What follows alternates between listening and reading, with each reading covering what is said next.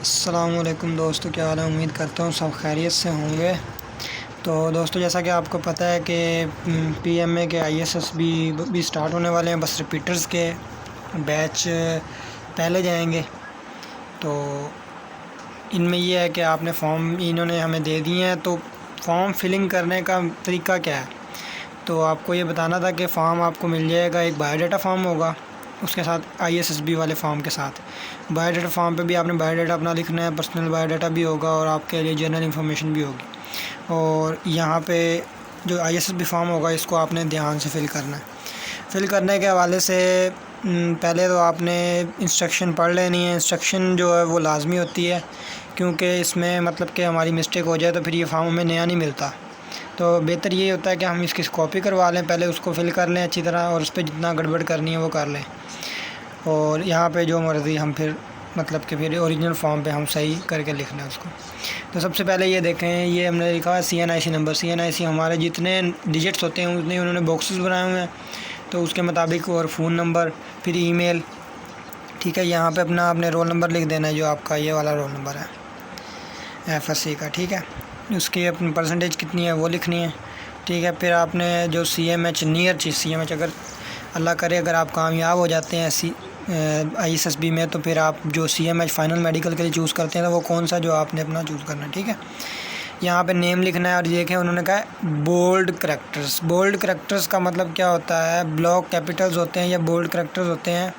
इन दो मतलब लिखे होते हैं। ये ब्लॉक कैपिटल्स लिखे हुए हैं, इसका मतलब ये है बड़े लेटर जो होते हैं, कैपिटल लेटर्स। ठीक है, तो उसमें आपने यहाँ पे अपना नेम और ये लिखना है। ठीक है, उसके बाद रेजिडेंशियल एड्रेस लिखना है। ठीक है, और अगर तो आपके वालिद गवर्नमेंट सर्वेंट है तो उनकी जो भी मतलब कि पोस्ट है, वो रैंक है, वो लिखना है, और उसके मुताबिक उनकी सैलरी इनकम वगैरह लिखनी है। ठीक है, और पेंशन मिल रही है तो पेंशन का मतलब कि स्लिप नंबर जो भी है मतलब कि। ठीक है, उसके बाद आपने अपने ग्रैंडफादर का नाम लिखना है। गार्डियन अगर आपके वालिद साहब हैं तो फिर गार्डियन की कोई ज़रूरत नहीं है, ये आपने फिल नहीं करना। और प्रोविंस आपका जो भी होगा वो आपने फिल कर देना है। परमानेंट एड्रेस और जिन मोस्टली सेम ही होता है पोस्टल एड्रेस। परमानेंट एड्रेस वो होता है जो आपका मुस्तकिल पता है, जहाँ पे आपने आपका मुस्तकिल पता जहाँ पे आपने रिज़ाइड करते हैं आप। और प्रेजेंट पोस्टल एड्रेस होता है जहाँ पे उन्होंने आपको कॉल लेटर भेजना होता है। ठीक है, ये देखें लिखा भी हुआ है, for issuing call up notice. तो आपने ये ध्यान से फिल करना है और अपने वहाँ पे अपना नंबर लिख देना, पोस्ट ऑफिस का सिटी का नंबर जो होता है। तो फिर उसके बाद सेक्ट, सुन्नी, शिया, कास्ट और ये सब कास्ट ये आपके मतलब के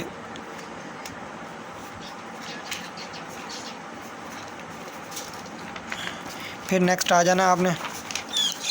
ठीक है, तो यहाँ पे आपने सबसे पहले अपना यहाँ पे लिखना है डाटा कि उन्होंने यहाँ पे हेडिंग दी है, देखें names with address and occupation of all your near relatives, brothers, real uncles, brother in law, यानी जितने भी चाचू मामू सगे और भाई जो हैं उनका आपने नाम और एड्रेस भी लिखना है। ठीक है, तो उसके बाद यहाँ पे अगर उन चाचू मामू में से कोई अगर आर्मी में है, सर्विस में या रिटायर हो चुका है, वो लिखना है। ठीक है, उसके बाद आपने यहाँ पे आ जाना है। तो वहाँ लिखा हुआ है give names and particulars of 2 prominent person close relation, जिनके आपके साथ खासे अच्छे ताल्लुकात हों, और उनके बारे में उनका एड्रेस लिखना है और नेम लिखना है। ठीक है, उसके बाद आपने यहाँ पे उन लोगों के बारे में लिखना है जो गेजेटेड 1 के ऑफिसर होंगे, या गेजेटेड 1 के क्या कौन से होते हैं जिनका 17 से ऊपर या 18 से ऊपर स्केल होता है। सिविलियन भी हो सकते हैं, यानी कि हमारी किसी भी गवर्नमेंट जॉब में हो, या फिर प्राइवेट ये जो मिलिट्री के कितने भी होते हैं जैसे कर्नल जनरल होते हैं, उनका अगर आपके साथ कोई रिलेशन है तो उनका भी आपने नाम लिख देना, ताकि जब GHQ में फ़ाइनल आपका इंटरव्यू हो तो आप इनसे आपके बारे में वेरिफिकेशन कर सकते हैं। ये ऑप्शनल होता है लेकिन आपने लिखना ज़रूर है, मतलब कि की जा सकती है वेरिफिकेशन आपकी। ठीक है, उसके बाद आपने यहाँ पे अपने मैट्रिक के मार्क्स लिखने हैं और FSC के मार्क्स, अगर BA BSc कर रहे हैं, MSc MS MA कर रहे हैं, जो भी कर रहे हैं उसका मार्क्स और रोल नंबर आपने लिख देने हैं। ठीक है, और फिर ये देखें concealment of correct information will render you liable to disqualification. अगर आप सही इन्फॉर्मेशन नहीं देते तो वो आपको डिसक्वालीफाई करवा सकती है। तो आपने ये जो नेक्स्ट 20 से आगे पॉइंट्स आ रहे हैं आपने केयरफुली फिलअप करने हैं। अगर आपने पहले एयरफोर्स, आर्मी, नेवी में अप्लाई किया है तो यस, अगर नहीं किया तो नो। जैसे कि मैं एज अ रिपीटर अप्लाई कर रहा हूँ, तो मैंने पहले अप्लाई किया था, ISSB रिपीट है, तो मैंने यहाँ पे क्या लिख दिया, यस। अब मैंने उसका मुकम्मल डाटा फिल करना है कि मेरा बैच कौन सा था, मेरी डेट क्या थी ISSB की, और मैं फ़िट हुआ था मेडिकली या जो भी था, और GHQ का जो होगा वो मैंने खाली छोड़ दी। लेकिन ये आपका कंसर्न नहीं है, फ्रेशर्स के लिए इसका कोई ताल्लुक़ नहीं है, वो नो लिखेंगे और इसे स्किप कर देंगे, इधर नॉट एप्लीकेबल लिख देंगे, N/A लिख देंगे, ठीक है। उसके बाद have you ever been admitted, यानी आप किसी भी ट्रेनिंग इंस्टीट्यूशन में रहे हों, यस या नो लिख देंगे, क्योंकि हम अभी तक कहीं ट्रेनिंग इंस्टीट्यूशन में नहीं गए।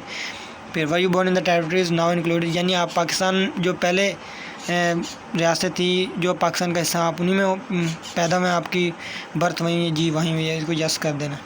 फिर आपके वालिदैन जो हैं वो बर्थ पाकिस्तानी है, तो पाकिस्तान लिख देना, और यहाँ पे पाकिस्तान बाय बर्थ लिख देना। और अगर यहाँ पे नॉट एप्लीकेबल, ये exact date when your parents, ज़ाहिर सी बात है जब ऊपर हमने नो कर दिया है तो फिर ये भी हमने नॉट एप्लीकेबल कर देना, ठीक है। Have you ever been registered as a citizen of Pakistan under the Pakistan citizenship, अच्छा ये ज़्यादातर लोग इसमें कन्फ्यूज हैं। असल में ये वो होता है हमारा डोमिसाइल, क्योंकि पहले तो सिटीज़न सर्टिफिकेट एक किस्म का पेज होता था, लेकिन अब उसे डोमिसाइल ही कहा जाता है। Under the citizen Pakistan act 1951 वो डोमिसाइल हमारा होता है, उसकी भी एक कॉपी अटेस्टेड होने चाहिए सारे डॉक्यूमेंट्स, ठीक है।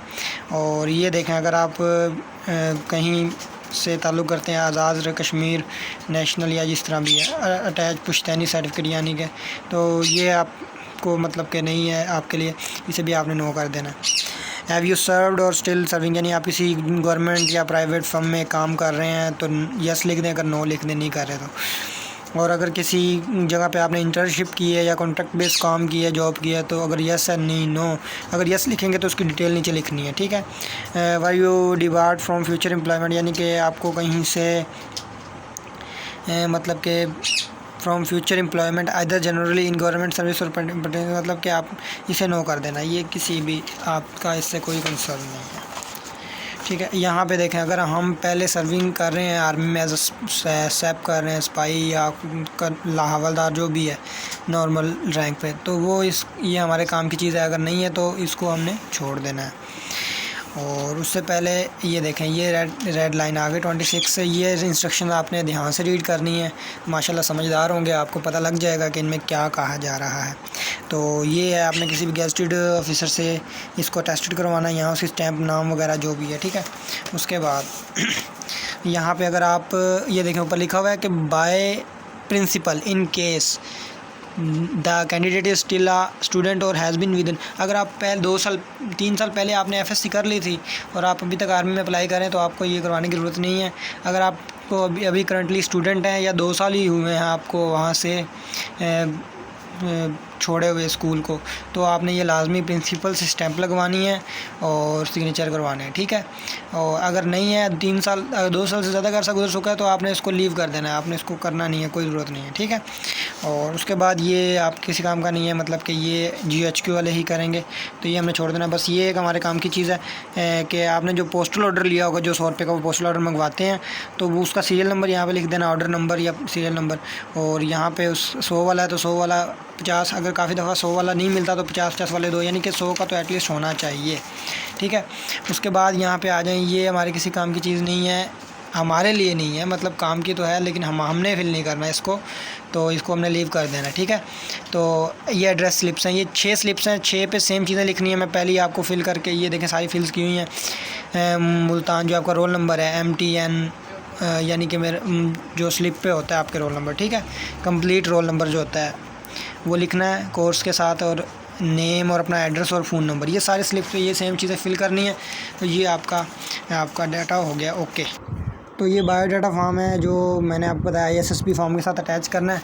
इस पर भी आपने अपनी पिक्चर लगानी है, नेम लिखना है, रोल नंबर लिखना है, वही MTN 1 MPMA 152, और आगे जो आपका रोल नंबर होगा, आपकी डेट ऑफ बर्थ, आपका नेम कंप्लीट जो आपके ओरिजिनल मतलब के स्लिप पे मतलब के लिखा हुआ है। फिर आपने अपनी कास्ट लिखनी है, और सेक्ट में उन्होंने सुन्नी शिया दो बंदी 3 दिए हुए हैं, इनमें से आपका जो सेक्ट है वो आपने लिखना है, ठीक है। Nationality NADRA certificate for Pakistani, nationality Pakistani है, ज़ाहिर सी बात है। CNIC बेफाम नंबर जो भी आपका बेफाम है तो CNIC सेम ही होता है, तो आपने वो लिख देना है यहाँ पे। डोमिसाइल आपका कहाँ क्या है, आपने सिटी भी लिखनी है और आप प्रोविंस को आपने ब्रैकेट्स में लिख देना है, ठीक है। न्यूट्रलाइज्ड स्टेट, न्यूट्रलाइज का मतलब होता है कि अगर आप इस जगह पे माइग्रेशन करके आए हैं तो आपने वो लिखना है, अगर अदरवाइज़ को लीव कर दें। और ये 11 पॉइंट तक इसको लीव कर देना है। 12 पॉइंट से हमने स्टार्ट करना है। होम एड्रेस लिखना है, permanent home address, post office हमारा, ठीक है। प्रेजेंट होम एड्रेस, डिस्टेंस आपके घर के करीब बॉर्डर है तो उस बॉर्डर का आपके घर से डिस्टेंस कितना है। अगर आपके फादर आपके गार्डियन है तो गार्डियन का नंबर लिखना, फादर है तो फादर का नंबर। क्लोज रिलेटिव को फिर छोड़ देना है, अगर लिखना है तो क्लोज रिलेटिव का नंबर लिखना है जो कि वक्त पर वेरिफिकेशन के लिए यूज़ किया जा सके, नंबर को उसे कांटेक्ट किया जा सके।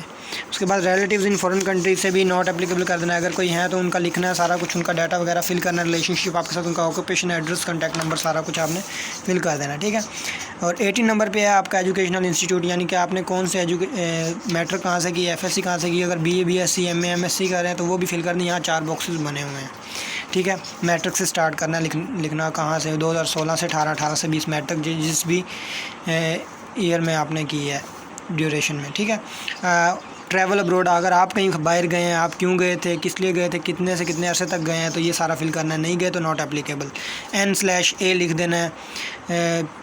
और उसके बाद आपने कुछ गलत नहीं लिखना, अपनी तरफ से नहीं लिखना, अगर जो बात हकीकत है आपने उसी फॉर्म में उसको फिल करना है, ठीक है। और नियर रिलेटिव्स, अगर आपके कोई डिफेंस में हैं near relatives, only parents brother sisters, अगर आपके पेरेंट्स ब्रदर सिस्टर्स हैं तो उनका लिखना है, उसके अदरवाइज़ और किसी का नहीं लिखना, ठीक है। और फिर हमने यहाँ पे अपने क्लोज रिलेटिव का नाम देना है। 3 पर्सन हो जो रिलेटिव ना हो लेकिन आपको वो अच्छी तरह से जानते हो पिछले 5 सालों से, ताकि उनसे आपके बारे में वेरिफिकेशन की जा सके। वही IASB फॉर्म वाला ही सेम है कि वेरिफिकेशन पर्पज़ के लिए यूज़ किया जा सके, उनसे कांटेक्ट किया जा सके, ठीक है। अगर आप मैरिड हैं तो ये देखें यहाँ पे आपको अपनी वाइफ का, ये देखें वाइफ और husband in case of female employees, तो ये हमने नहीं लिखना, बॉयज़ के लिए नहीं है, नॉट एप्लीकेबल, N/A लिख देना, ठीक है।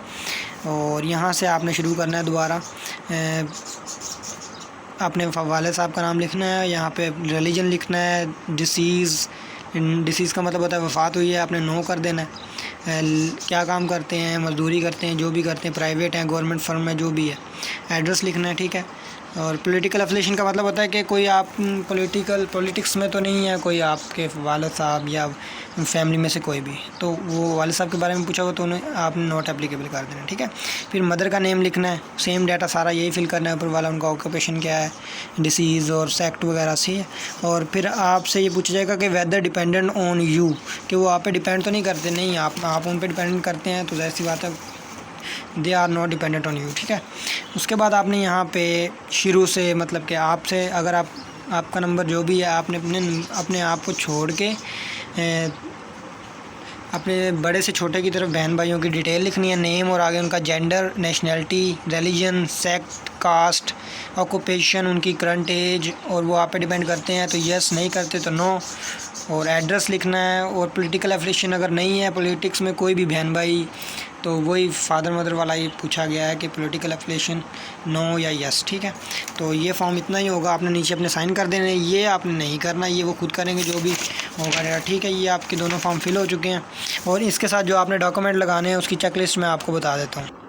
तो दोस्तों ये है चेक लिस्ट, देखें ये document attach with application form 152 PMA long course entry November 2023। Document जो रिक्वायर है, आपकी जो रजिस्ट्रेशन स्लिप होगी जब आपने फ़िज़िकल मेडिकल वगैरह दे लेना है, इंटरव्यू वगैरह दे लेना है, तो उसके बाद जब स्टैंप सारी लग जाएंगी, बैक साइड की और फ्रंट साइड की सेम जैसे कॉपी करवानी है उस स्लिप की, उनकी 3 कॉपीज़ करवानी है, ठीक है। Colour photograph, passport size, duly attested front end back, ठीक है। ये मतलब कि अटेस्टेड फ़ोटो होनी चाहिए आपकी 6 फ़ोटोग्राफ्स, ठीक है। अटेस्टेड कॉपीज़ ऑफ CNIC, 3 आपकी CNIC की कॉपीज़ होनी चाहिए। और फादर या गार्डियन, फादर है तो फादर, गार्डियन की 3 CNIC की copies. Attached copies of family registration FRC, ये आपको बनवाना पड़ेगा, इसके बारे में मैं आपको बता देता हूँ, ये बहुत ज़रूरी है। FRC क्या चीज़ है? अच्छा, FRC एक फैमिली रजिस्ट्रेशन सर्टिफिकेट होता है, उसमें जो जिनके CNIC बने होते हैं तो उनका कोई इशू नहीं होता। अगर आपके जब आपको लगे कि माशाल्लाह आप स्टेप बाय स्टेप आगे बढ़ते जा रहे हैं सिलेक्शन के प्रोसीजर में, तो इंटरव्यू से पहले ही, इनिशियल इंटरव्यू से पहले आपने FRC अपना बनवा लेना है। ये ज़ाया नहीं होगा, घर पड़ा काम आ जाता है, कोई मसला नहीं है। तो FRC बनवाना कैसे, आपने नादरा दफ्तर चले जाना है अपनी पूरी फैमिली। अगर जिनके CNIC बने हुए हैं उनको रहने देना है, जिनके CNIC नहीं है, बेफार्म जिनका है, उनको आपने साथ ले जाना है। FRC होता है फैमिली, उन्हें कहना है कि FRC बना दें, फैमिली रजिस्ट्रेशन सर्टिफिकेट। अब तो नादरा की पाक ID ऐप आ गई, वहाँ से भी बन जाएगा।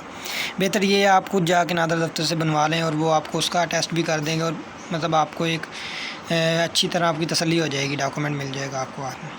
और आपका जो डोमिसाइल होगा, ठीक है, मैंने आपको बताया 3 कॉपीज़ इसकी करवानी है। फिर जो आपके, अगर आप as a serving soldier apply कर रहे हो तो आपने वो करनी नहीं। तो अगर आप फ्रेशर हो, मतलब कि आपका बैकग्राउंड में कोई पहले जॉब नहीं है मिलिट्री में, तो आपने इसको स्किप कर देना। ये आपके कैसे काम के लिए कैंडिडेट सर्विंग किसी भी गवर्नमेंट इंस्टीट्यूट में कर रहे हैं, ये दोनों चीज़ें सेम ही हैं, मतलब कि वो मिलिट्री में और ये सिविलियन में है।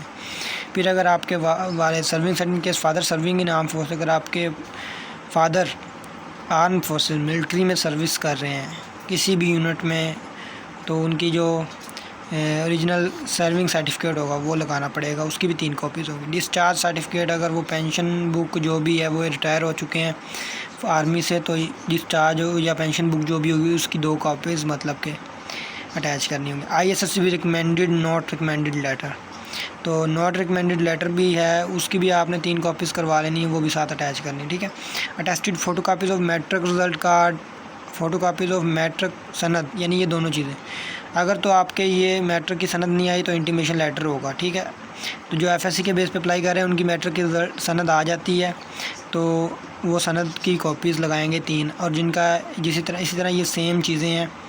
और अगर आपने सेकेंड ईयर का पेपर दिए हैं, सेकेंड ईयर के पेपर्स में FA FSC ICS जो आपने किया है, तो उसकी अगर रिज़ल्ट आ गया तो रिज़ल्ट की कॉपीज़ लगेंगी। और अगर डिग्री में अभी देर है तो आपने क्या करना है कि उसकी एक इंटीमेशन लेटर बोर्ड से बनवाना पड़ेगा। तो अगर आप, मैंने आपको पहले भी बताया कि अगर वो आपको लग रहा है कि आप कामयाब हो रहे हैं माशाल्लाह स्टेप बाय स्टेप, तो आपने क्या करना है, उस चीज़ को आपने पहले बनवा लेना है FRC को। और ये चीज़ भी इंटीमेशन लेटर के लिए भी आपने, क्योंकि ये बहुत लंबा प्रोसीजर होता है, तकरीबन 1 वीक लग जाता है, तो आपने इसको पहले ही बनवा लेना ताकि ऐन वक्त पर आके आपको परेशानी ना हो, ठीक है।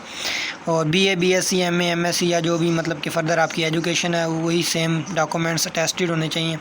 होप सर्टिफिकेट किस लिए लगाते हैं कि अगर आप ने फ़र्स्ट ईयर के पेपर दिए थे, उसका रिज़ल्ट है, सेकंड ईयर का आपके पास रिज़ल्ट नहीं है, लेकिन अगर आप फ़र्स्ट ईयर का रिज़ल्ट अटैच करते हैं तो आपको अपने इंस्टीट्यूशन जिसमें आप करंटली एजुकेशन हासिल कर रहे हैं, तालीम हासिल कर रहे हैं, तो वहाँ से आपको एक होप सर्टिफिकेट बनवाना पड़ेगा कि ये बच्चा इतने मतलब के मार्क्स फ़र्स्ट ईयर में ले चुका है, तो इंशाल्लाह सेकंड ईयर में भी अच्छे मार्क्स लेगा। और मतलब क्राइटेरिया, क्योंकि 55% से प्लस उनको मार्क्स चाहिए होते हैं आपकी एलिजिबिलिटी के लिए, जो आप अपीयर होते हैं इस टेस्ट के अंदर, इनिशियल टेस्ट के अंदर, ठीक है।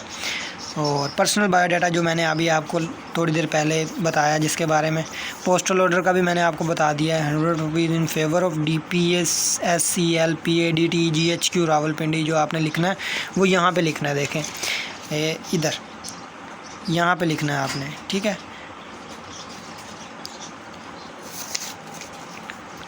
तो ये मतलब कि उन्होंने ये लिखा हुआ है, black ink not be use on any form, मतलब आपने ब्लू से फिल करना है, बहुत ज़्यादा रिस्ट्रिक्शन है, आपने ब्लैक नहीं यूज़ करना, ठीक है। और यहाँ पे लिखा हुआ है calculation as on 1 November 2023 from candidate date of birth, यानी आपने, जो मैं आपको बता देता हूँ वो तरीका, आपने ISSB फॉर्म पे कैसे फिल करना है। वहाँ पे 3 बॉक्सेस दिए हुए हैं पहले पेज पे ISSB फॉर्म के, तो उसने वहाँ पे आपने यहाँ पे लिखना है 1/11/2023। हर कैंडिडेट ने यहाँ पे 1/11/2023 ही लिखना है।